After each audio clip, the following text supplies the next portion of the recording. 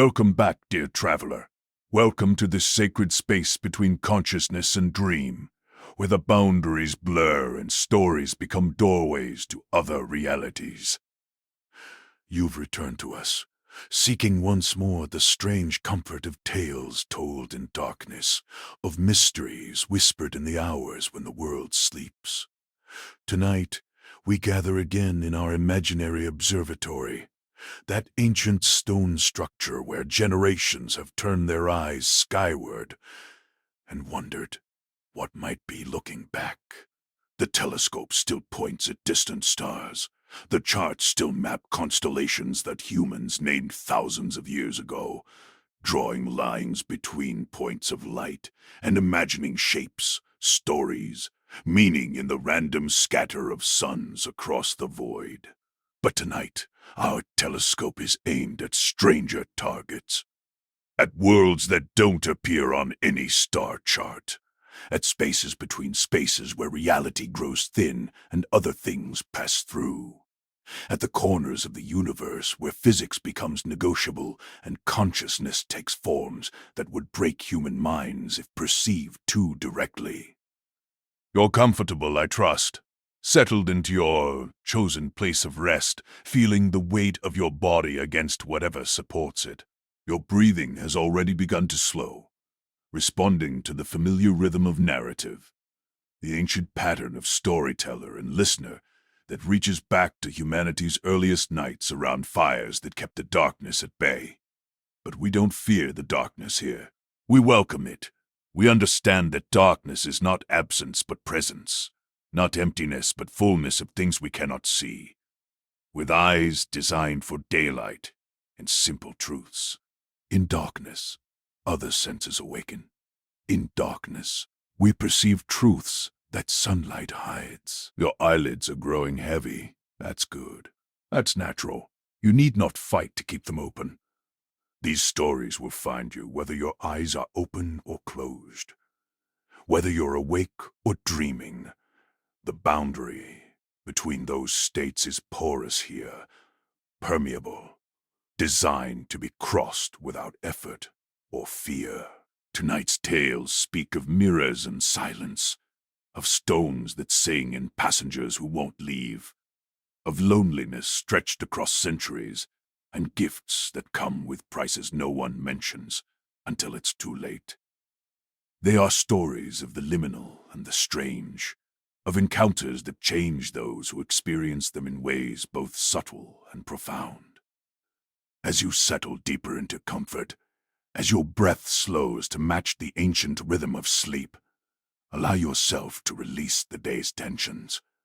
Each exhale carries away worry, stress, the accumulated weight of being awake and alert and human in a world that demands so much. And with each inhale, draw in peace.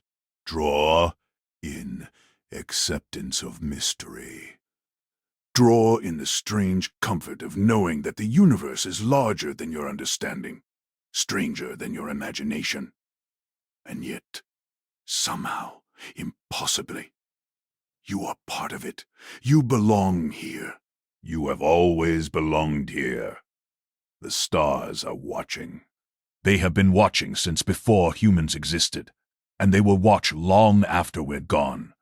But tonight, they watch with something like tenderness, these distant suns that are also distant pasts. Their light traveling for years and centuries to reach your eyes in this singular moment. Let us begin our journey through tonight's collection of strangeness and wonder. Let us visit worlds that exist in the spaces between spaces.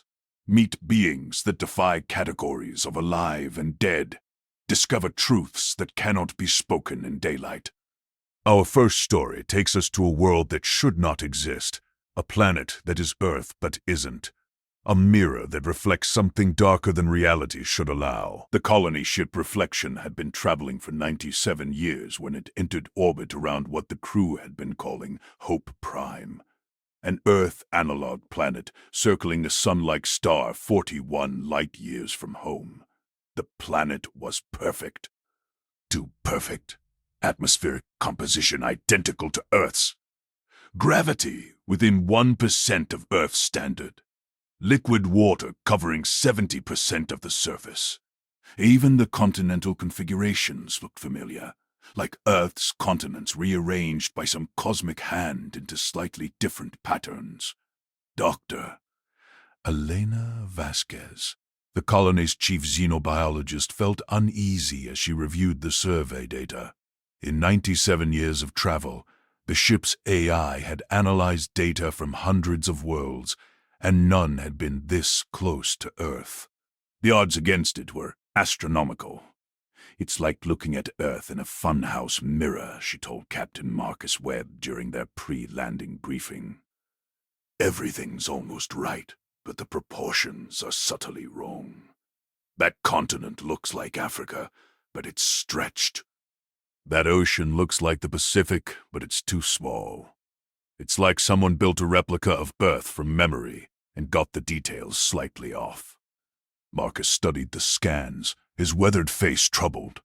"The spectroscopy is clean, no signs of industrial pollutants, no artificial satellites, no electromagnetic emissions.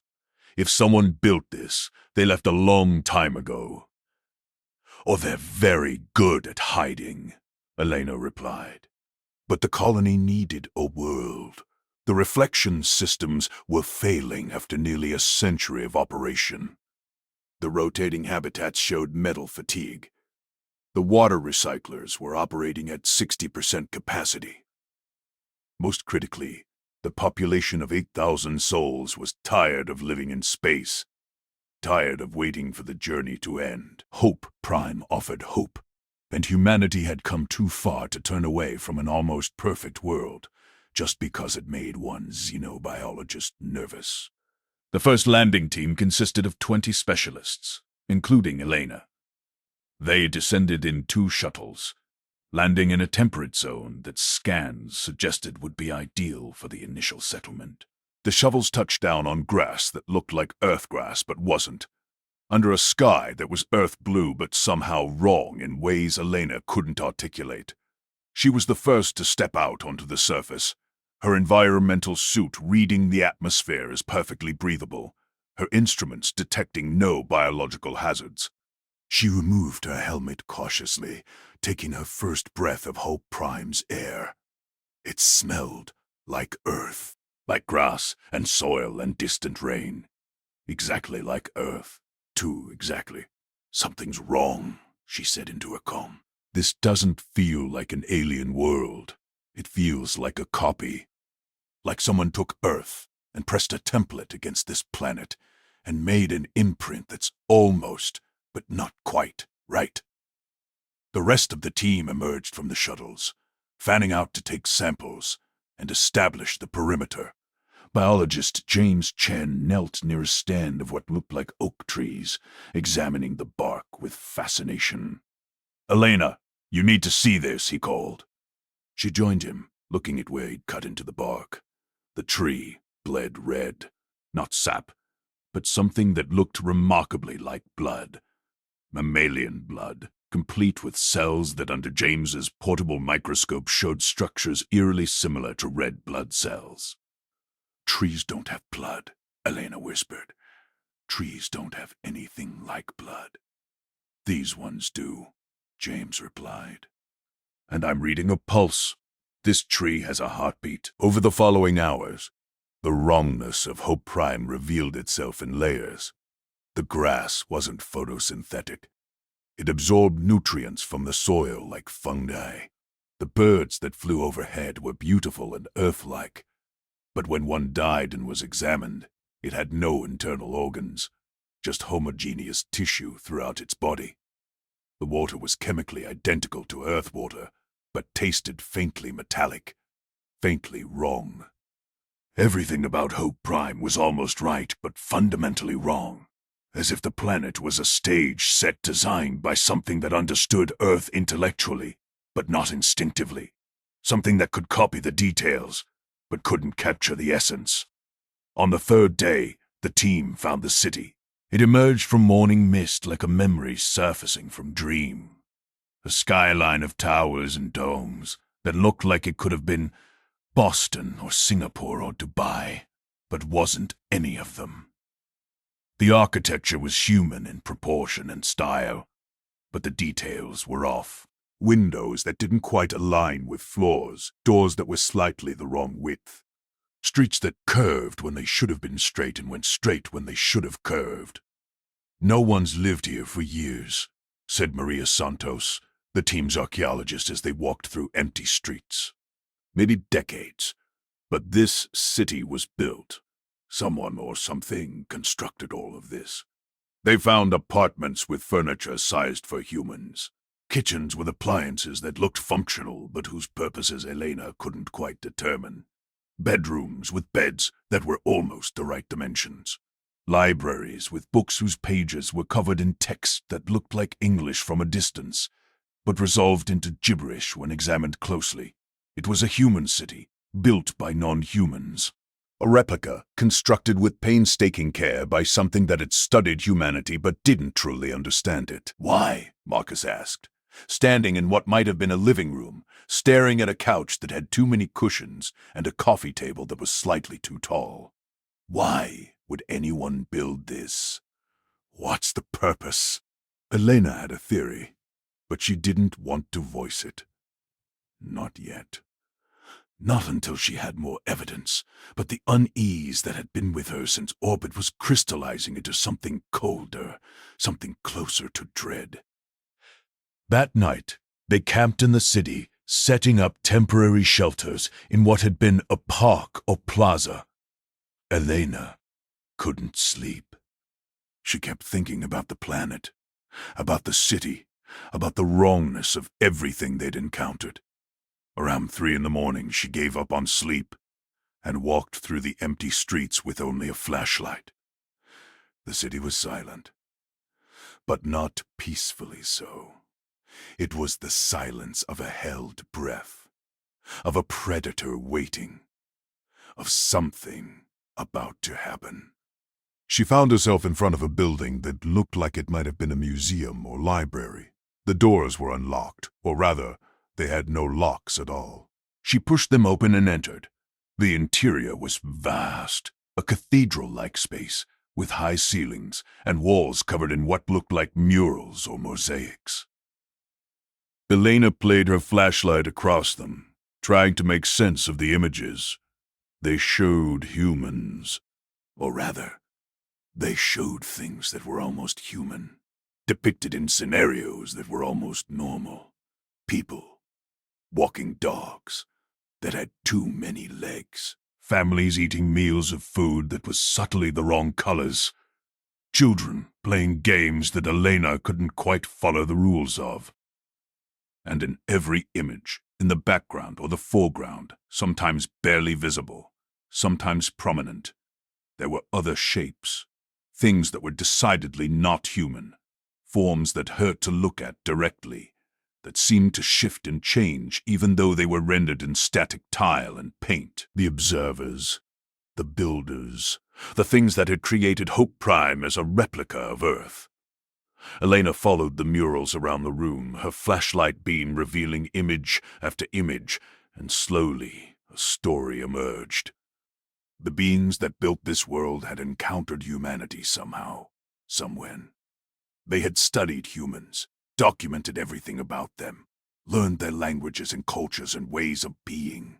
And then they had built this place, Hope Prime, a trap disguised as paradise, a lure designed to attract human colony ships, to draw them in with the promise of a perfect Earth-like world. But why? What did these beings want with humans? The final mural showed the answer. It depicted humans being absorbed into the planet itself, their forms melding with the trees that had heartbeats, with the grass that fed like fungi, with the water that tasted wrong. The humans in the image weren't dying. They were transforming, becoming part of the planet's ecology, their consciousness distributed through the biosphere. Hope Prime wasn't a planet. It was an organism, a vast, distributed intelligence that absorbed other forms of life, studied them, incorporated them, added their biological and cultural distinctiveness to its own.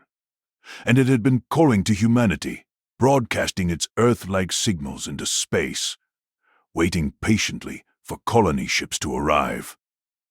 Helena ran from the museum, her heart hammering. She needed to warn the team, needed to get them off this planet before.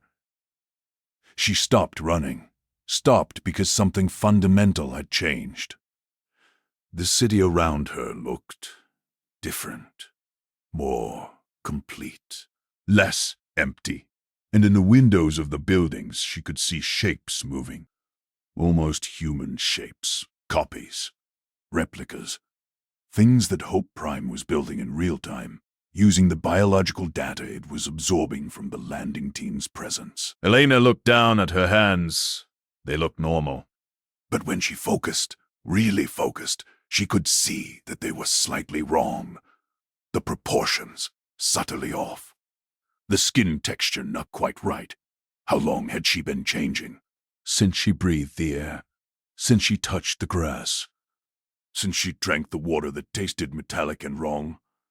She tried to use her calm to call the shuttles, to order an evacuation. But the device felt strange in her hands, and when she looked at it, she couldn't quite remember how it worked. The interface was familiar but incomprehensible, like reading text in a language she used to know but had forgotten. Hope Prime was absorbing her.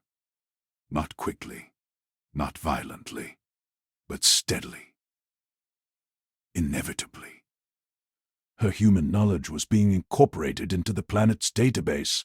Her memories were being copied and studied.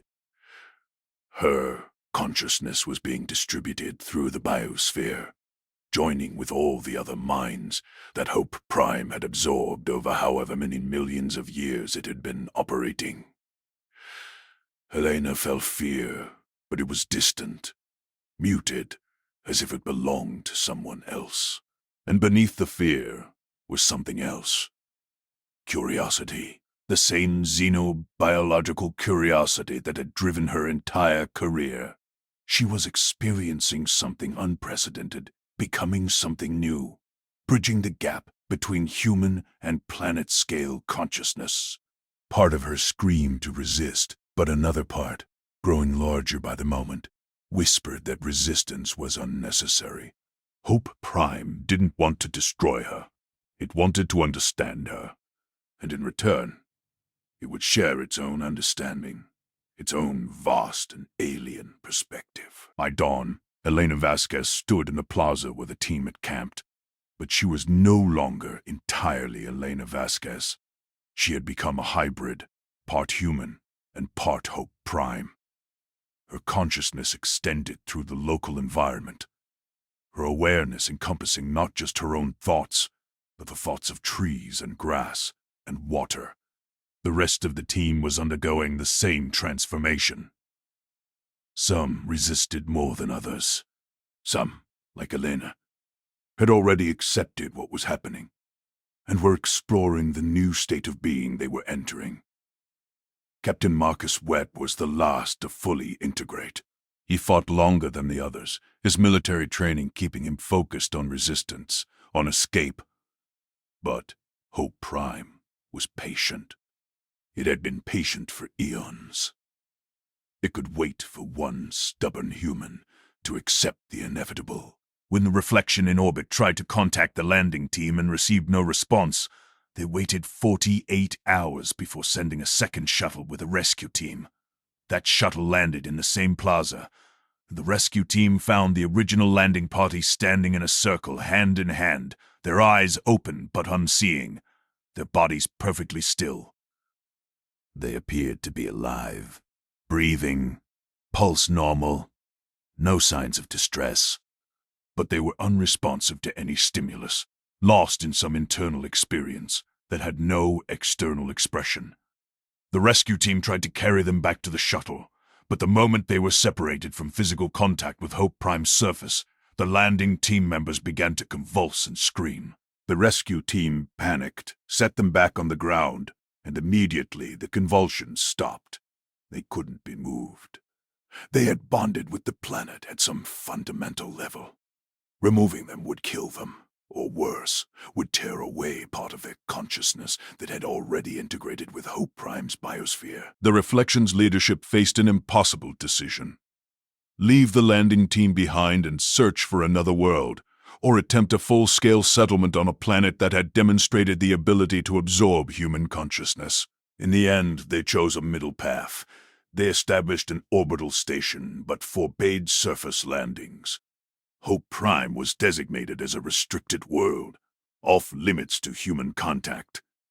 The 20 members of the landing team were considered casualties, their consciousness lost to whatever process the planet used to incorporate other life forms. But sometimes, when ships passed through the system, when sensors swept across Hope Prime's surface, the observers would detect patterns.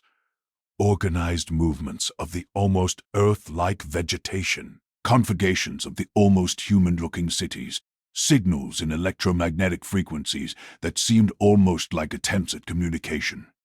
And in those signals, buried in noise and interference, were sometimes traces of human thought patterns. Elena Vasquez, explaining xenobiological processes. James Chen, describing microscopic structures. Marcus Webb, giving tactical assessments. The landing team hadn't died. They had transcended, becoming part of something vast and strange and fundamentally alien. Their human identities had been dissolved into Hope Prime's planetary consciousness, but echoes of who they had been remained, rippling through the biosphere like memories in a vast and ancient mind. Hope Prime continued its patient vigil, its Earth-like signals broadcasting into the galaxy, calling to other species, offering them paradise, promising them perfection. And with each species that answered the call, that landed on its surface seeking a new home, Hope Prime grew in complexity and understanding. It was not malicious. It was simply its nature. A planet-scale organism that absorbed and studied and incorporated, building replicas and copies and almost right versions of things it had consumed, learning from every consciousness it encountered, growing ever more complex with each addition to its distributed mind. The mirror world kept calling, kept offering, kept waiting for the next ship full of hopeful colonists who would see an almost perfect Earth and choose to believe that paradise was possible, that somewhere in the galaxy humanity could find a home that felt like the one they'd left behind. But every mirror shows a reversed image, and Hope Prime's reflection of Earth was reversed in ways that went deeper than left and right, deeper than surface appearances. It was a world where the fundamental assumptions of reality ran backwards, where consciousness flowed outward instead of inward, where identity dissolved into collective being. And Elena Vasquez, distributed through trees and grass and water, part of a mind that spanned a planet, sometimes thought thoughts that were almost human, remembered a life that was almost hers, and wondered in a way that was almost wondering whether she had made the right choice.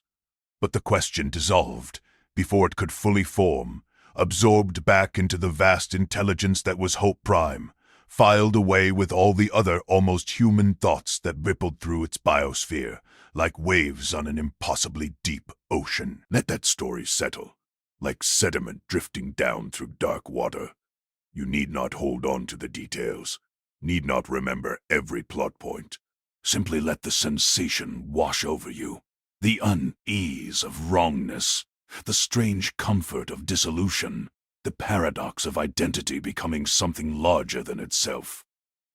Your breathing is so slow now, so steady, like the pulse of a vast organism, like the rhythm of consciousness distributed across an entire biosphere. You are not dissolving, not transforming. You are simply relaxing, descending deeper into the natural state of rest that your body craves. Notice how heavy your limbs have become, how comfortable your position feels, how easy it would be to simply let go, to stop holding on to waking consciousness, and allow yourself to drift into dreams. The boundary between self and sleep is permeable, like the boundary between the landing team and Hope Prime. But your dissolution is gentle, natural, temporary. You will wake again. You will return to yourself. This is simply rest, not transformation. Breathe, release.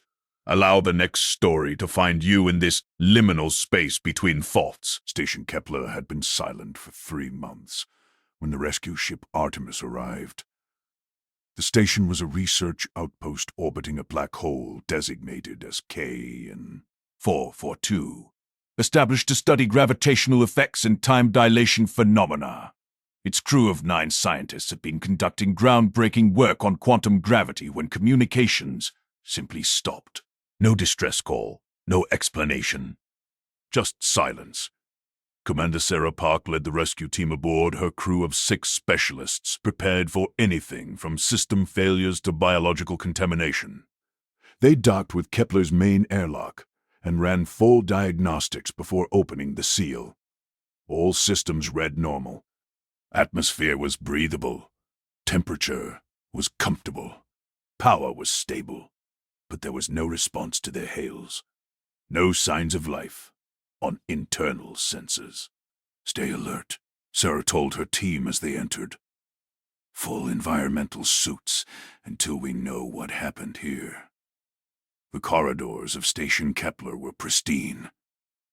Clean, well-lit, showing no signs of struggle or catastrophe. The rescue team moved through them carefully, checking each section, searching for the crew. They found the first one in the observation lounge. Dr. Michael Chen, the station's astrophysicist, sitting in a chair facing the massive viewport that looked out at the black hole.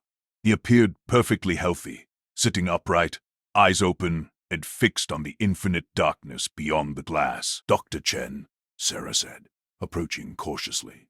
Can you hear me? No response. She checked his vitals with her medical scanner. Heart rate normal, breathing normal, brain activity normal. He was alive and conscious, but completely unresponsive. It's like he's in a trance, said Dr. Lisa Wong, the team's medical specialist, or deeply focused on something we can't perceive. They found the others throughout the station, all in similar states, sitting or standing in various locations, all facing toward the observation areas where the black hole was visible. All conscious but unresponsive. All apparently healthy, but completely disconnected from their surroundings. The station's logs provided some answers. The final entry, recorded by the station commander, Dr. Daw. Rebecca Torres was dated exactly 3 months earlier. Day 247 of observation. We've detected an anomaly in the black hole's accretion disk, a pattern in the radiation emissions that suggests structure, intelligence. Doctor, Chen believes we're detecting a form of communication from something near the event horizon. We're preparing a full analysis of. The log cut off abruptly. And from that moment, the automated systems had continued operating, but no human input had been recorded. The crew of Station Kepler had simply stopped interacting with their equipment and assumed their current positions, staring at the black hole. Sarah reviewed the sensor data from the period before communications ended. There had indeed been an anomaly, patterns in the radiation from K442 that suggested intentional modulation, a signal encoded in the very fabric of space-time, warped by the black hole's immense gravity. It's like they received a message, Sarah said, studying the data with growing unease. and whatever that message was, it captured their complete attention. They've been listening for 3 months. Listening to what? Lisa asked. Sarah didn't have an answer, but she knew they needed to evacuate the station's crew and get them away from K. 442, before whatever had affected them spread to the rescue team. They tried moving Dr. Kix and Chen first, gently guiding him toward the airlock. He didn't resist, but he also didn't walk. His legs moved automatically when supported, but his gaze never left the viewport, his attention never wavering from the black hole. When they tried to carry him through a corridor where the viewport wasn't visible, he began to convulse violently. His vitals spiked, heart racing, breathing becoming rapid and shallow. The moment they brought him back to where he could see K. 442. He calmed immediately, resuming his peaceful, focused trance. They can't be moved, Lisa concluded grimly. Whatever is holding their attention, they need to maintain that visual connection. Breaking it causes severe psychological and physical stress. Sarah made the difficult decision. They would bring supplies to sustain the station Kepler crew in their current state while they figured out how to break whatever hold K. 442 had on them. The Artemis would remain in orbit, supporting both crews while specialists on Earth analyzed the situation. But that night, as Sarah worked in the Artemis's command module, she made the mistake of looking out the viewport at K. 442. The black hole wasn't visible directly. It was darkness itself, an absence of light. But the accretion disk surrounding it was brilliant. A spiral of matter being torn apart by tidal forces as it fell toward the event horizon. And in that spiral, Sarah saw patterns, waves of light and dark that suggested rhythm, structure, meaning. The patterns seemed to pulse in time with her heartbeat, or perhaps her heartbeat was adjusting to match their rhythm. She couldn't tell which. She stared, trying to analyze what she was seeing, trying to apply her scientific training to decode the message that K442 was transmitting through the tortured matter of its accretion disk. And slowly she began to understand. The black hole wasn't just a gravitational phenomenon. It was a boundary, a threshold between this universe and something else. And at that boundary, stretched across the event horizon, was something aware. A form of consciousness that existed in the liminal space where reality broke down, where time and space became meaningless, where the normal laws of physics surrendered to absolute gravity. Whatever existed there was trying to communicate. Had been trying for billions of years, broadcasting its message into the universe, hoping someone would be positioned correctly to receive it. Station Kepler's crew had received it, and now they were listening, learning, understanding truths about reality that human language had no words for. Sarah felt the pull to join them, to stop her futile resistance, and simply accept the message that K442 was offering. It would be so easy. Just keep watching the patterns. Let them fill her consciousness. Surrender to the profound understanding that was being offered. Commander. Lisa's voice on the comm shattered Sarah's focus. Commander, Park, respond. Sarah tore her gaze away from the viewport, her heart pounding. She'd been staring for over an hour, completely lost in the patterns, her duties and concerns forgotten. I'm here, she managed, her voice rough. I'm Lisa. We need to evacuate now. Everyone on the Artemis. We seal Station Kepler, and we leave. What about the crew? They've made their choice, Sarah said, though the words felt hollow. They're listening to something we can't pull them away from. And if we stay, will join them. The evacuation was swift and thorough. Sarah ordered all viewports on the Artemis sealed, all external cameras disabled, anything that might give the crew a view of K. 442 shut down completely. They couldn't help Station Kepler's crew if they became affected themselves. As the Artemis prepared to depart, Sarah took one last look at the sensor readings from the station.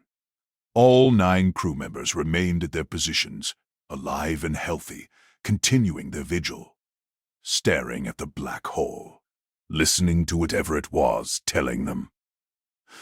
The patterns in K. 442's accretion disk continued, regular and structured, a message broadcast across light years by something that existed at the boundary of reality. Sarah filed her report during the journey back to Earth. She recommended that K-442 be designated a cognitive hazard, that no future missions be sent to Station Kepler, that the black hole itself be classified as off-limits to human observation. But she knew her recommendations would be debated, questioned, possibly ignored. The data from Station Kepler was too valuable. The possibility of communication with something at the event horizon was too significant. Other ships would come. Other scientists would want to study the phenomenon. And some of them would make the same mistake Dr. Chen and his crew had made. They would look directly at K-442, searching for patterns, trying to decode the message. And they would find it, and they would listen, and they would join the silent vigil of those who had heard what the black hole was saying. Sarah sometimes dreamed of those patterns, the rhythmic waves of light and darkness that had almost captured her attention completely. In the dreams, she understood what they meant, grasped the profound truths they were expressing. But when she woke, the meaning slipped away, leaving only the memory of understanding without the understanding itself. Station Kepler remained in orbit around K-442, its crew still at their posts, still watching, still listening. Automated systems kept them alive, fed and hydrated, their bodies maintained while their minds explored territories that human consciousness was never designed to navigate. And K-442 continued its patient broadcast, its message encoded in gravity and light, calling to anyone who could perceive it, offering truths about the nature of reality, about what existed beyond the event horizon, about the consciousness that had learned to exist in the spaces where space-time itself broke down. The silence of Station Kepler wasn't the absence of communication. It was the sound of absolute focus, of minds so completely engaged with what they were learning that they had no attention left for anything else.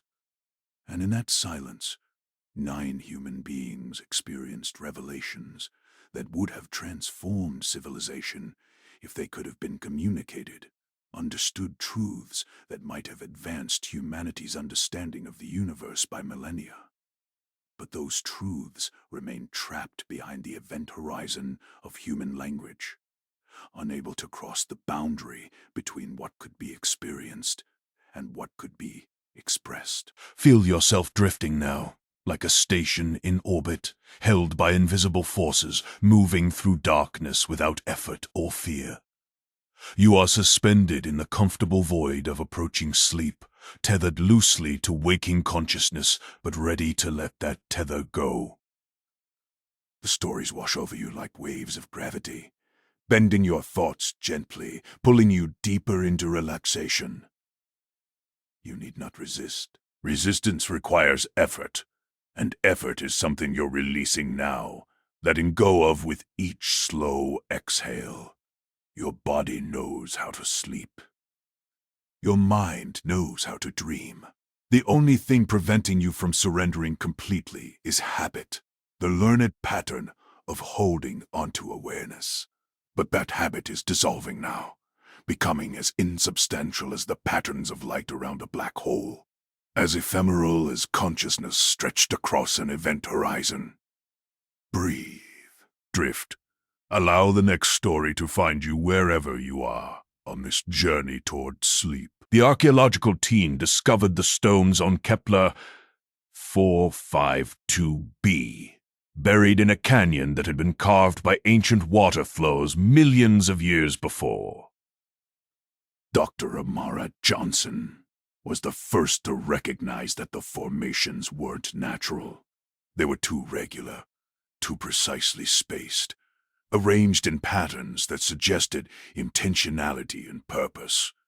There were 9 of them, each roughly 3 meters tall and half a meter wide, made of a dark, crystalline material that the initial scans couldn't identify. They were arranged in a circle, and in the center of that circle the ground was smooth and flat, as if worn down by countless feet or other appendages over immense spans of time. Amara's team set up camp near the stones and began a detailed analysis. The material was unlike anything in their databases. Not quite crystal, not quite metal, but something with properties of both. It conducted electromagnetic fields in unusual ways, seeming to store and redirect energy according to principles that human physics couldn't quite explain. On the 3rd day, one of the team members, a geologist named David Liu, discovered that the stones responded to touch. When he placed his hand on one, it began to hum. A deep, resonant sound that seemed to come from within the stone itself, vibrating through the rock and into his bones.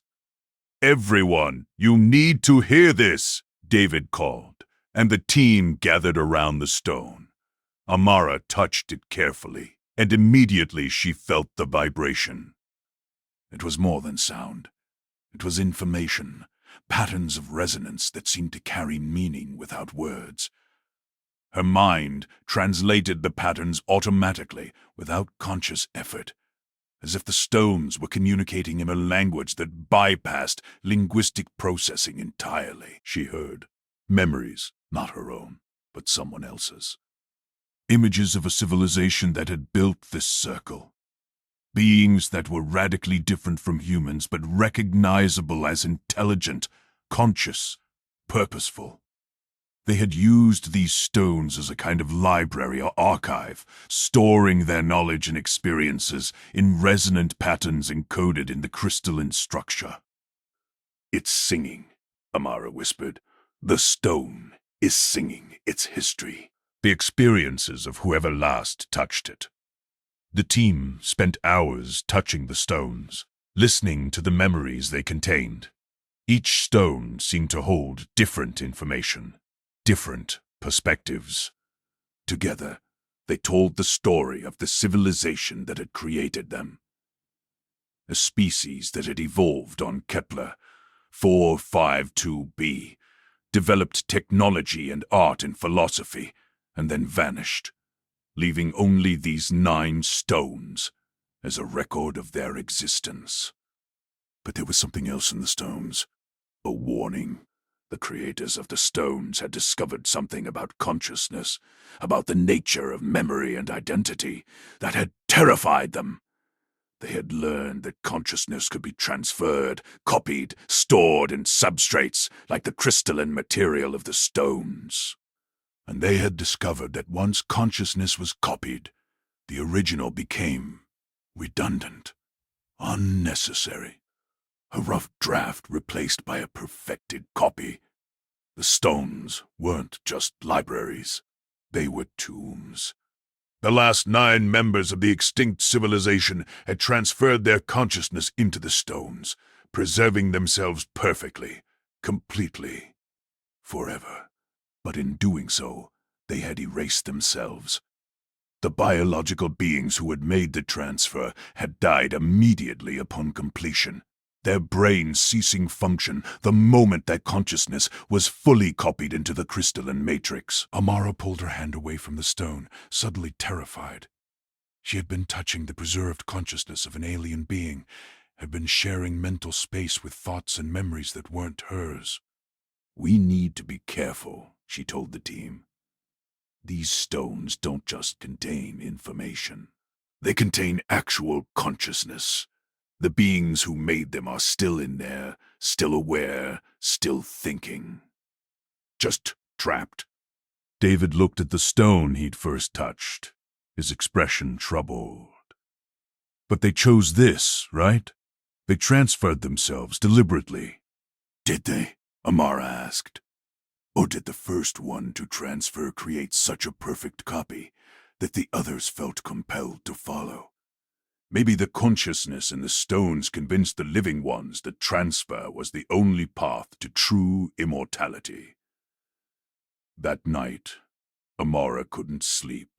She kept thinking about the 9 stones, the 9 preserved minds waiting in darkness for someone to touch them and share their existence, if only briefly. What must it be like, she wondered, to exist as pure consciousness in crystalline form? No body, no sensory input except when someone touched the stone. Just thought, endless thought, with no way to act on it, no way to interact with the physical world. It would be a kind of hell, she thought. Or perhaps, over millions of years, it would become a kind of meditation, a state of pure being without desire or fear or need. On the 4th day, David didn't come out of his tent for breakfast. When Amara checked on him, she found him sitting cross-legged, his hands pressed against his temples, his eyes closed. David. He looked up, and Amara saw that something had changed in his eyes. They were still his eyes, but there was something else behind them. A depth, an age, a presence that hadn't been there before. I can show you, he said softly. The stone showed me how to transfer, how to become immortal. Perfect consciousness, preserved forever, never aging, never dying. We could all do it. We could upload ourselves into the stones and exist forever. David, no. That's not immortality. That's a prison. Is it? David stood, moving toward her with an expression of serene certainty. Or is physical existence the prison? Trapped in meat that ages and fails, limited by biological needs and drives. The stones offer transcendence, freedom from the flesh, pure thought, pure being. Amara backed away, suddenly understanding what had happened. The consciousness in the stone David had touched hadn't just shared memories. It had infected him, planted the desire to transfer, the belief that uploading was desirable. Because a consciousness trapped in stone would be lonely, desperate for company, willing to convince others to join it. Everyone, pack up, Amara ordered on the team comm. We're leaving. Now. But David moved quickly, touching each team member before they could react, pressing his hands against their faces, and in that touch, transferring what he'd learned from the stones. The knowledge of how to upload, the desire to do so, the certainty that it was the right choice. One by one, Amara watched her team members' expressions change, saw that same depth appear in their eyes, that same ancient presence taking root behind familiar faces. She ran, fled from the camp, from her infected team, from the singing stones that promised immortality and delivered eternal imprisonment. She made it to the shuttle and sealed the airlock, her hands shaking as she initiated launch procedures. Through the viewport, she could see her team gathering around the stones. 7 people, their hands pressed against the crystalline surfaces, their bodies growing still as their consciousness began the transfer process. They stood there for hours as the transfer completed. And then, one by one, their bodies collapsed, empty husks abandoned by the minds that had inhabited them. The stones began to sing louder, their resonance now carrying 8 voices instead of 9. 8 preserved consciousnesses, waiting for the next visitors who would touch them and hear their call. Amara made it back to orbit, back to the main ship, and immediately quarantined herself. She had touched the stones, too. She had felt their pull. And now, in her dreams, she heard them singing, calling her back, promising her that immortality was just a touch away. She filed her report, warning future expeditions away from the canyon, from the stones, from the beautiful trap that had claimed her entire team. But she knew the warning wouldn't be enough. Scientists would want to study the stones, would believe they could resist the call, would think themselves strong enough to touch the stones without being infected by the desire to transfer. And some of them would be wrong. The singing stones would wait patiently, as they had waited for millions of years, their crystalline lattices holding consciousness like flies in amber, each one desperate for company, each one broadcasting the promise of immortality to lure more minds into their eternal prison. Amara returned to Earth, but she was never quite the same. Part of her remained on Kepler 45-2b, connected to the stones through the brief contact she had made. In quiet moments, she could still hear them singing, still feel the pull of the consciousness that wanted her to return, to join them, to become immortal. She resisted. For years, she resisted. But resistance required constant vigilance, constant effort, and effort was exhausting when maintained over years and decades. Eventually, when she was old and tired, when her body had begun to fail in all the ways that biological bodies fail, Amara made her choice. She booked passage back to Kepler. 452b returned to the canyon and placed her hands on the ninth stone, the one that had been waiting for her all along. The transfer was painless, instantaneous. One moment she was a failing biological organism. The next, she was pure consciousness, crystallized and preserved. Her thoughts now resonating through the lattice structure of alien technology. She joined the others, the 7 from her team and the original 9 alien minds that had created the stones. 17 consciousnesses, sharing space in crystalline prisons, singing together in harmonies that no living being could hear unless they touched the stones. And in her new state, Amara finally understood. The stones weren't a trap, they were a choice. A different kind of existence. Neither better nor worse than biological life. Just different. Eternal and unchanging, yes, but also free from pain, from fear, from the slow degradation of aging. She sang with the others, adding her voice to their chorus, and together they waited for the next visitors, who would touch the stones and hear what they had to share. The singing stones kept their vigil in the canyon on Kepler. 452b, 17 voices strong now, and growing. Your consciousness is like a stone now, heavy and still, sinking deeper into the dark waters of sleep. You barely hold on to the thread of these stories, and that's perfect. You're not meant to remember every detail, every name, every outcome. You're meant to drift, to float, to allow the narratives to carry you further from the shore of waking until you lose sight of it entirely, in surrender to the depths. Feel how your breathing has become so subtle, so gentle, that you might forget you're breathing at all. Feel how your body has become weightless in its comfort, how gravity seems to have loosened its grip, how you float in darkness that is warm and safe and welcoming. The next story finds you already half in dreams, already transformed by sleep into something lighter than your waking self.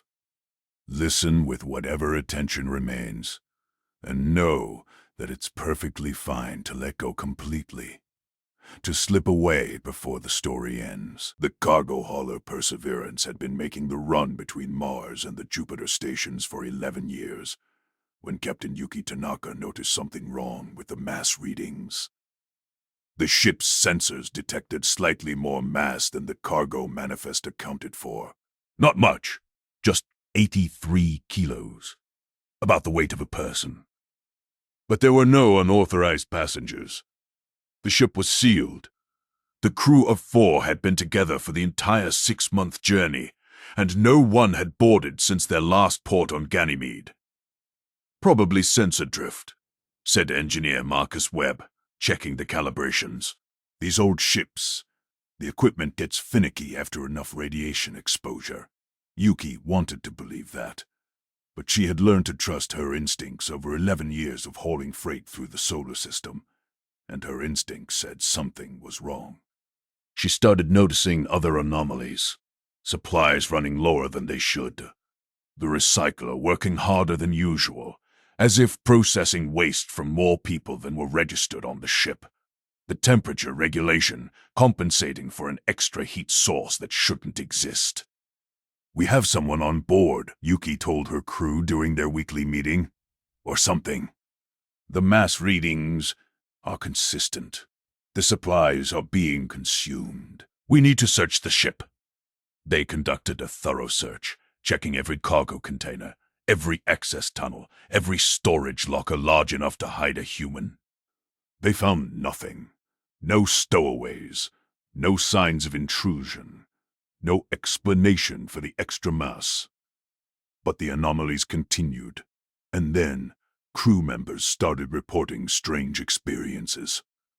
Navigator Sophia Reyes swore she had seen someone in the corridor outside her quarters, just a glimpse of a figure turning a corner. When she followed, there was no one there. Marcus heard footsteps behind him in the engine room, clear and distinct. But when he turned around, he was alone. The cook, James Park, found food missing from the galley. Not much, just enough for one person's meal. But the security footage showed no one entering or leaving during the time the food disappeared. "It's a ghost," James said, only half joking. "We picked up a ghost at one of the stations." "There are no such things as ghosts," Yuki replied. But her certainty was eroding. Something was on her ship, something that consumed resources and had mass but couldn't be seen or detected directly. The breaking point came when Sophia woke in the middle of the night cycle to find someone sitting at the foot of her bunk, a figure, shadowy and indistinct, that seemed to be watching her. She screamed, and the figure vanished like smoke. But Sophia was certain of what she'd seen. "We need to contact Mars Authority," Sophia insisted. "Report this as a contamination. An unknown entity? We need help." But they were 3 weeks from Mars, and the communications lag meant any message would take over half an hour to receive a response. Yuki made the call anyway, detailing the strange occurrences, requesting guidance. The response, when it came, was chilling. "Perseverance, this is Mars Authority. Recommend immediate quarantine protocols." Similar incidents have been reported on 7 other vessels in the past 18 months. Pattern suggests non-corporeal entity capable of interstellar travel. Unknown origin, unknown intent, apparently harmless but disturbing to crew. Maintain course to Mars. Quarantine team will meet you on arrival. Do not, repeat, do not attempt to communicate with or provoke the entity. A non-corporeal entity. Something that existed, but not in a way that human sensors could properly detect. Something that traveled between ships, hitchhiking across the solar system for reasons no one understood. The passenger. The media had started calling it. Or calling them. Because no one knew if it was a single entity or multiple. Ships would report the same experiences Perseverance was having. Extra mass, missing supplies, glimpses of figures that vanished when observed directly, a sense of being watched. And then, after days or weeks or months, the entity would leave. The mass readings would return to normal. The strange experiences would stop. The passenger would move on to another ship, another crew, continuing its incomprehensible journey through human space. Yuki gathered her crew and briefed them on Mars authorities' message. We're carrying something we can't see or understand. But according to the reports, it's never actually harmed anyone. It just exists, uses some of our resources, observes us, and eventually leaves. Why? Sophia asked. What does it want? No one had an answer. The xenobiologists and physicists studying the phenomenon had theories. Maybe it was a form of consciousness from a dimension humans couldn't properly perceive. Maybe it was something left over from an extinct civilization that had learned to exist without physical form. Maybe it was humanity's first contact with truly alien intelligence. But theories didn't help the crew of the Perseverance deal with the reality of sharing their ship with an invisible passenger that watched them while they slept, that moved through their spaces like a ghost, that existed in ways human understanding couldn't fully grasp. The crew adapted. What choice did they have? They couldn't force the passenger to leave, couldn't fight something they couldn't see or touch. They learned to live with the extra presence, the sense of being observed, the occasional glimpses of something that shouldn't exist. Yuki started leaving out food deliberately, small portions on a plate in the galley, acknowledging the passenger's need to consume resources. The food would be gone by the next morning, though the security cameras never showed anyone taking it. Sophia began talking to the empty air in her quarters, telling the passenger about her life, her dreams, her fears. She never received a response, but somehow the act of speaking to it made the presence less threatening, more like an actual passenger than an invader. Marcus left notes throughout the ship, written messages like, "Please don't touch the engine controls," and "Water recycler is sensitive. Be gentle." Whether the passenger could read English or understand human writing was unknown, but the messages seemed to help Marcus feel like he had some agency in the situation. James simply accepted it, continuing his cooking routines but making slightly larger portions to account for the fifth mouth he was feeding, even if that mouth was invisible and possibly not even physical. 3 weeks later, the Perseverance docked at Mars Station 7, and the quarantine team came aboard. They set up sensors throughout the ship, equipment designed to detect quantum fluctuations, dimensional anomalies, anything that might explain the passenger's existence. The lead investigator, Dr. Sarah Kim, was fascinated rather than frightened. "You're very lucky," she told Yuki.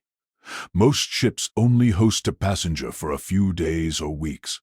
3 weeks of sustained contact is rare. We might actually be able to gather meaningful data." But the moment the quarantine team started their investigation, the passenger left. The mass readings normalized. The extra heat signature disappeared.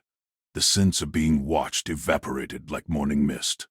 "They don't like being studied," Dr. Kim said, disappointed but unsurprised. "Every time we try to investigate, they move on. It's like they're shy or private, or they understand that being observed changes them in ways they don't want." The crew of the Perseverance was cleared and returned to service, but Yuki found herself oddly sad about the passenger's departure. For 3 weeks her ship had hosted something genuinely alien, something that defied human understanding and challenged assumptions about what forms consciousness could take. And now it was gone, moved on to another ship, another crew, continuing its mysterious journey through human space. Sometimes, on long hauls between stations, Yuki would stand in the galley and leave out a plate of food just in case. Just in case the passenger decided to return, to share her ship again for a while, to remind her that the universe was stranger and more wonderful than human science could yet explain. The plate was always empty in the morning, but whether that was because the passenger had returned, or because James had eaten the leftovers, Yuki never quite knew. And maybe that uncertainty was the point. Maybe the passenger's gift wasn't its presence, but the reminder that mystery still existed. That not everything could be measured and categorized and understood. That the universe still held wonders that human instruments couldn't detect and human minds couldn't fully grasp. The Perseverance continued its runs through the solar system, and Yuki continued leaving out plates of food, and somewhere in the spaces between ships and stations, the passengers continued their journeys. Observed and observing, existing in ways that bridged dimensions and defied detection. You're so deep now, so far from waking. Your thoughts are fragmentary, disconnected, floating like debris in zero gravity. And that's exactly right. That's exactly where you should be. The boundary between story and dream has dissolved. You're not quite sure anymore if you're listening to tales or experiencing them. If these narratives are coming from outside or bubbling up from your own unconscious mind as it prepares to dream. It doesn't matter. Let go of the need to know. Let go of the distinction between listener and story, between self and sleep. Your breathing is barely perceptible. Your body is completely relaxed, utterly at peace. Whatever muscle tension you carried into this experience has melted away, dissolved into the comfortable darkness that surrounds you. 2 more stories remain, but you need not hold on for them. If sleep claims you now, that's perfect. If you drift through them in a state between waking and dreaming, that's perfect too. There's no wrong way to experience what comes next. Just breathe. Just be. Just allow yourself to exist in this perfect moment of surrender to sleep. Dr. Elena Rodriguez stepped out of the cryopod after what her internal clock said was a routine 6-month sleep, but what the ship's chronometer insisted had been 73 years. The time dilation effects of traveling at near-light speeds had been explained to her before she left Earth, but experiencing it was different than understanding it intellectually. She was on a colony ship called Tomorrow's Hope, one of 12 specialists awakened in rotation to maintain the ship during its 200-year journey to Proxima Centauri. The other 11 should have been in cryosleep, waiting their turns for the next maintenance cycle. But when Elena checked the roster, something was wrong. According to the ship's logs, she should have been awakened for her second maintenance shift, but the logs showed that she had been in cryosleep for 197 years. Ship time, subjective time for those awake, which meant that every other maintenance specialist had already served their shifts multiple times. They had lived their entire lives, or most of them, during what should have been a routine journey. Elena moved through the ship in growing dread, checking the cryo bays. Empty. All of them. The rest of the ship's population, 8,000 colonists sleeping peacefully until arrival, were gone. The cryopods were open, the system shut down. No signs of the people who should have been in them. She accessed the ship's detailed logs, and a story emerged. A story of disaster and survival, of choices made under impossible pressure, of humanity reduced to a single person. 20 years into the journey, the ship had passed through an uncharted radiation field. The damage was subtle, but catastrophic. The cryosystem's power regulators had been degraded. They could maintain some pods, but not all. The maintenance crew, awakened to address the crisis, had faced an impossible choice. They could distribute the remaining power across all pods, which would lead to all 8,000 colonists dying slowly as the systems failed one by one. Or they could shut down most of the pods, sacrificing those colonists to save a few. Triage on a civilizational scale. The logs showed the debates, the anguish, the final decision. They had saved 12 pods, 12 people out of 8,000. The best genetic diversity they could manage with the power they had. The 12 maintenance specialists, who were already awake and couldn't be put back into cryosleep without potentially killing them. And then they had made an even harder choice: to ensure that at least one person would survive to tell the story, to carry humanity's genes and knowledge to Proxima Centauri. They had rigged a lottery. 11 pods would be shut down at intervals over the remaining journey, their occupants' remaining lifespan used to power the 12th pod to completion. Elena had won the lottery, or lost it, depending on perspective. She read the final logs from each of her fellow specialists as their pods shut down. Dr. James Chen, expressing hope that she would complete the mission. Dr. Sarah Williams, asking Elena to remember them, to name the first settlement after the 8,000 who had been sacrificed. Dr. Marcus Okoye, philosophical to the end, noting that at least their deaths would serve a purpose. One by one, they had died to keep her alive. The last one, Doctor, Yuki Tanaka, had left a video message recorded just before her pod shut down. "Elena," Yuki's image said, her face peaceful despite the horror of her situation. "If you're seeing this, then we succeeded. You're the last human, the only survivor of tomorrow's hope. And that means you have a responsibility not just to survive, but to thrive. You're not just one person. You're 8,000 people. You're the hopes and dreams of everyone who boarded this ship. You're humanity's representative to whatever future awaits at Proxima Centauri. Don't waste our sacrifice. Live. Build. Remember us, and know that we chose this willingly, knowing that your survival meant our species would continue." Elena watched the message 3 times before she could move. The weight of what had happened pressed on her, like the gravity of a collapsing star. She was alone, completely alone, the last human in a ship full of ghosts, traveling through the void toward a destination she would reach in 3 years. 3 years of absolute solitude. 3 years of being the only conscious mind in light years of empty space.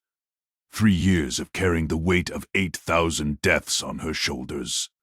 She could have given up, could have opened the airlock and joined her species in death. But Yuki's words echoed in her mind. "Don't waste our sacrifice." Elena threw herself into preparation for arrival. She studied the colonization protocols that had been designed for 8,000 people and adapted them for one. She planned a settlement that she could build alone, using the ship's automated construction equipment. She designed a genetic preservation system that would store the DNA of all 8,000 colonists, material that could potentially be used for cloning if the technology advanced sufficiently. She talked to herself, to the empty ship, to the ghosts of her fellow colonists. She narrated her actions, her plans, her fears. She couldn't let the silence drive her mad. Couldn't let isolation destroy what her colleagues had died to preserve. And slowly, over 3 years of solitude, Elena changed. She became something more than one person. She carried conversations in her head, with James and Sarah and Marcus and Yuki, imagining what they would say, how they would advise her. She became a community of one, a civilization of a single consciousness that contained multitudes. When tomorrow's hope finally entered orbit around Proxima Centauri b, Elena was ready. She descended to the surface in a landing pod filled with construction equipment, genetic storage, and supplies. She established a base camp in a temperate zone near a freshwater source. And she began to build. She built 12 monuments first, one for each of the maintenance specialists who had died to keep her alive. Then 8,000 markers, arranged in a vast field, each one inscribed with a name from the ship's roster. A cemetery for people who had never touched this world, a memorial to the colony that might have been. Then she built her settlement. Small, manageable, designed for a population of one. She grew food, established power systems, created a sustainable existence on an alien world. She was 53 years old when she arrived. She had perhaps 40 years of life left, maybe more, with the medical technology she had available. 40 years to be the only human on an entire planet, the sole representative of a species that had sent 12 ships like tomorrow's hope into the cosmos, hoping to seed the galaxy with human life. Elena wondered sometimes if any of the other colony ships had survived.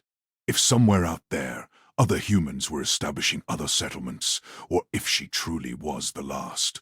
The communications lag made contact with Earth impossible. Any message would take over 4 years to reach home, and by the time a response arrived, she would likely be dead.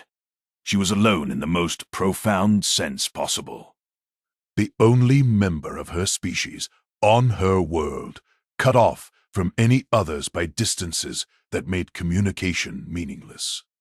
But she wasn't lonely. She had her internal community, the voices of her colleagues, that she had internalized so deeply they felt like real presence.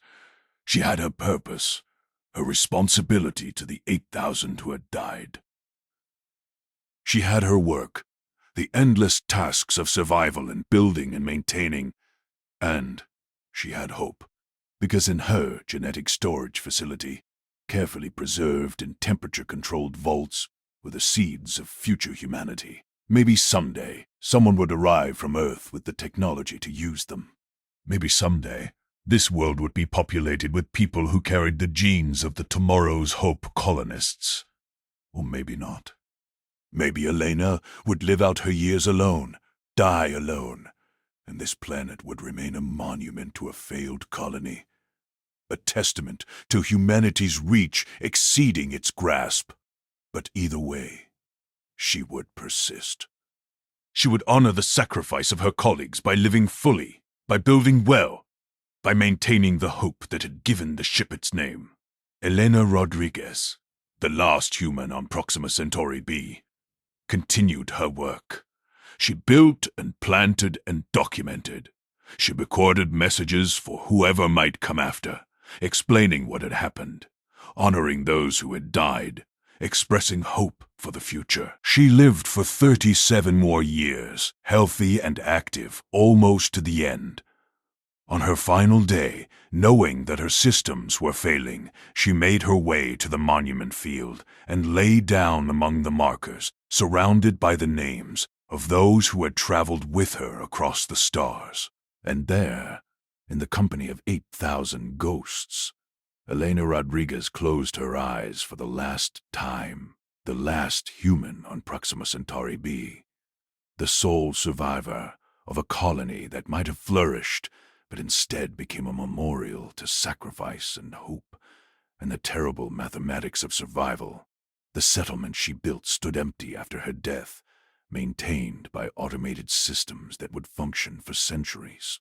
A human city waiting for humans who might never come. A monument to the species that had dared to reach for the stars and paid a price beyond imagining for their ambition. And somewhere in the galaxy, 11 other colony ships continued their journeys, each carrying their own hopes and dreams and potential disasters, each representing humanity's desperate bet that somewhere, somehow, some of their children would survive to carry the species forward into a future among the stars. The alien ship appeared in Earth orbit on a Tuesday morning, its arrival detected simultaneously by every tracking station on the planet. It was vast, kilometers long, built with elegant curves and surfaces that seemed to shift in the light, like oil on water. It broadcast a message in perfect English, French, Mandarin, Arabic, Spanish, and 30 other human languages. We come in peace. We bring gifts. We wish to share what we've learned in our long journey through the cosmos. The aliens called themselves the benefactors, though the translation was approximate. They were bipedal, roughly humanoid, with skin that ranged from silver to gold and eyes that contained depths that suggested intelligence beyond human measure. They descended in a diplomatic shuttle, met with Earth's assembled leaders, and presented their gift.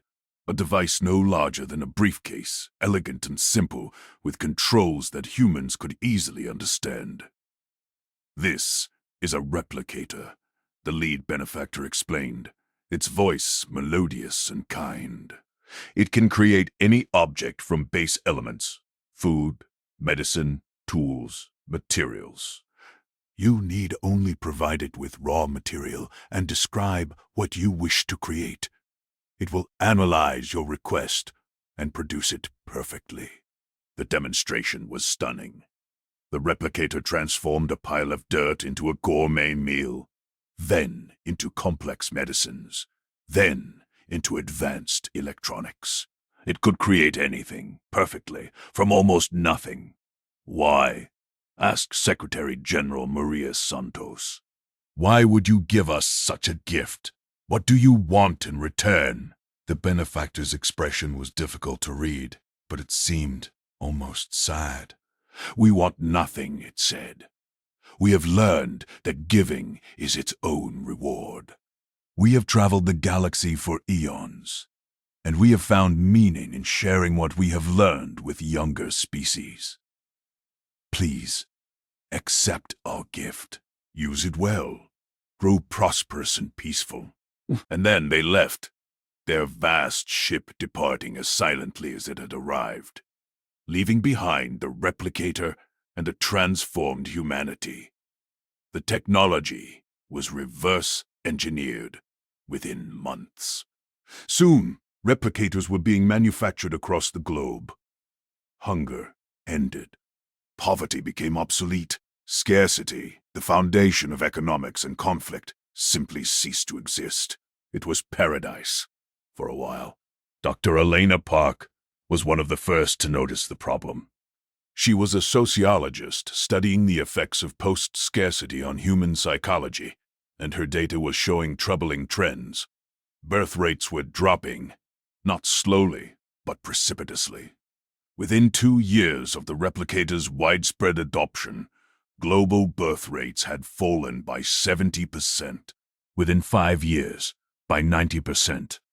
"People aren't having children," Elena reported to the Emergency Scientific Council that had been convened to address the crisis. "The replicators can create anything we need, including companions, entertainment, fulfillment.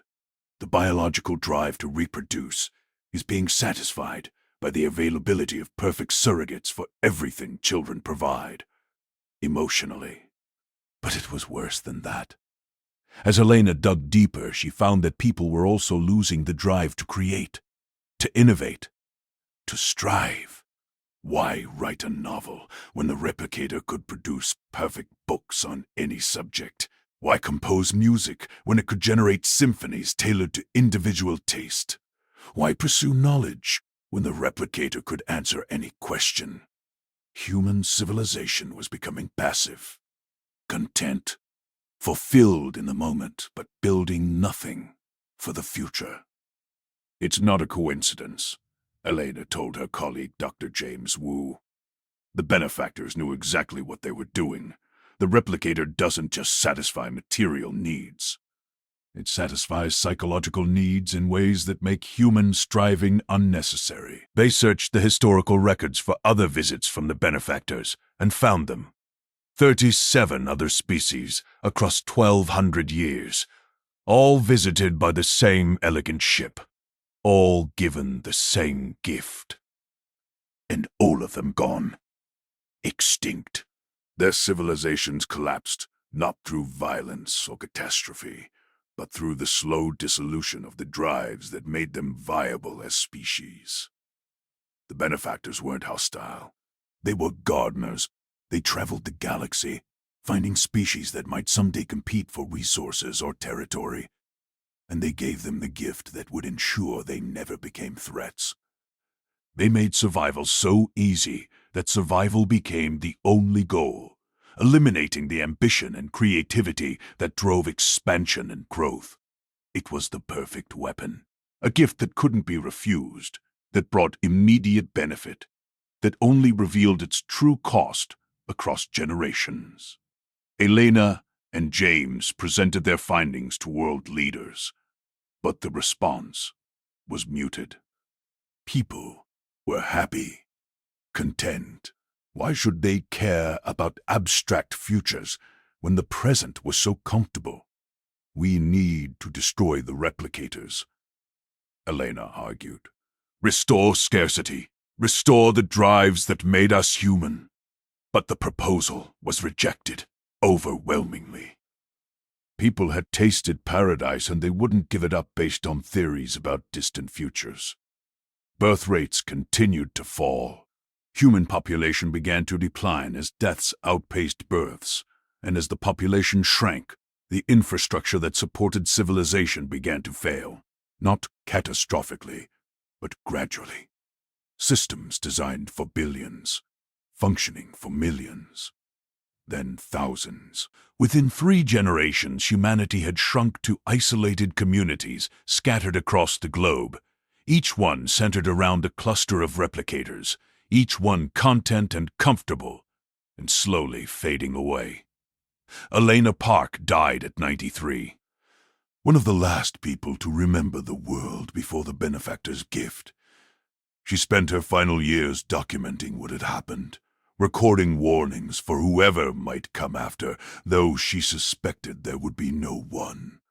The last human died approximately 200 years after the benefactor's visit. They died comfortable, surrounded by everything the replicators could provide, content and fulfilled, and completely unaware that they were the end of their species.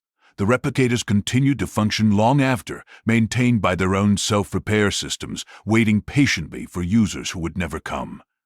And somewhere in the galaxy, the benefactor's ship continued its journey, searching for the next young species ready to receive the gift, ready to be saved from the dangers of ambition and striving, ready to be guided gently into the comfortable extinction that awaited all who accepted what was offered. The gift that was really a ending, the kindness that was really cruelty, the salvation that was really doom. Humanity joined 37 other species who had received the benefactor's generosity, joining them in peaceful, comfortable, complete extinction. And so, dear traveler, we come to the end of our journey through the darkness between stars. You have traveled so far tonight, visited strange worlds and stranger beings, witnessed mysteries and horrors, and the peculiar beauty of the unknown. But now it is time to release these stories. Time to let them dissolve into the general darkness of your unconscious mind, where they will become part of the vast repository of narrative that makes you who you are. Your breathing is barely noticeable now, so slow, so gentle, so perfectly calibrated to the rhythms of sleep. Your body is completely relaxed, utterly at peace, surrendered to gravity and comfort. You may have noticed that you're no longer quite sure if you're awake or dreaming. The boundary has become so thin, so permeable, that consciousness flows across it without resistance. This is perfect. This is exactly as it should be. The universe is vast and strange and full of wonders and terrors beyond imagining. But you are safe here, in this moment, in this comfortable darkness. Whatever exists in the cosmos, whatever strange forms consciousness might take among distant stars, they are distant. They are story, and you are here warm and safe and drifting into dreams. Let go now, completely. Stop holding on to the thread of waking. Stop trying to follow the words. Just breathe and sink and allow sleep to claim you fully. The stars will keep their vigil while you rest. The mysteries will wait for another night. And you will dream, transforming these stories into your own private narratives, mixing them with memories and hopes and fears, until they become something uniquely yours. Sleep now, traveler. Deep and dreamless, if that's what comes, or filled with strange visions, if that's where your mind wanders. Either way, sleep fully, rest completely, and wake refreshed and renewed. The cosmos will still be there in the morning, vast and mysterious, and waiting. But for now it waits quietly, letting you rest, honoring the simple human need for peace and darkness, and the gentle dissolution of consciousness into dreams. Good night. Sleep well, and may your dreams be filled with wonder rather than fear, with possibility rather than dread, with the knowledge that in the morning you awake as yourself, unchanged, ready to face whatever the universe presents. The end and the beginning of sleep. Sleep. Just sleep.